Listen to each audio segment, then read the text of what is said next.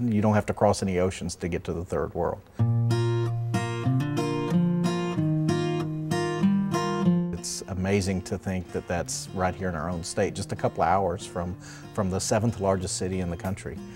Nothing there is what we're used to seeing here in any stretch of the imagination, even though it's in the United States. It was incredibly humbling to look at these people who were joyful and giving and had nothing. There's always something involved in these projects that could take any type of talent you might have.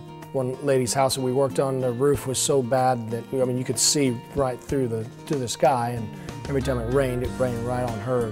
And last trip to Eagle Pass, we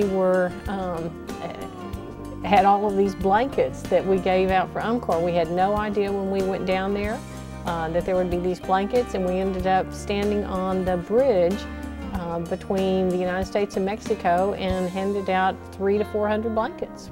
Well, the last trip I went on, we engaged the juvenile probation department and brought in some youngsters, 14, 15 on probation, and we're working with them and teaching them how to handle the tools, talking with them, not necessarily ministering, but leading by example.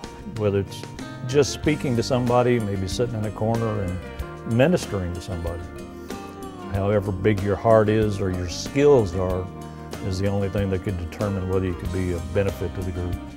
We are planning all kinds of missions, day missions, here in San Antonio for the members of COCR, so that if you can only give 3 or 4 hours of your time, we're going to be having opportunities for you to be able to give back to the San Antonio community.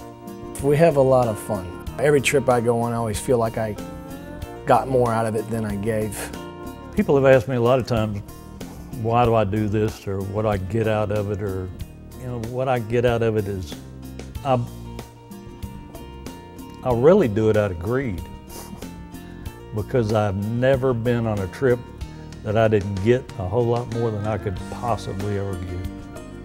When we get back from these trips, you feel kind of light and full, that you're reaching out and helping other people, and that maybe you make a difference somewhere.